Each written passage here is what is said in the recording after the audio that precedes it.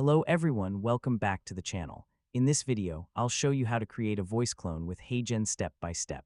First, open your browser and visit the HeyGen website. Sign in to your account and open the main dashboard. From the dashboard, go to the voice section and look for the option to create or add a new voice. If voice cloning is available on your account, select the voice cloning option. Next, follow the instructions provided by HeyGen to record or upload the required voice sample. For better results, use a quiet environment and speak clearly into your microphone. Make sure your recording has clean audio with minimal background noise. A clear and consistent voice sample can help produce a more natural voice clone.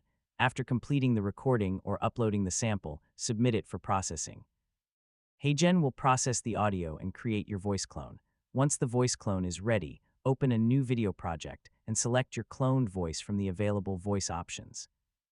Enter the script you want your clone voice to speak, then preview the result. Listen carefully to the pronunciation, pacing, tone, and overall quality. If needed, make changes to the script or available voice settings and preview the result again.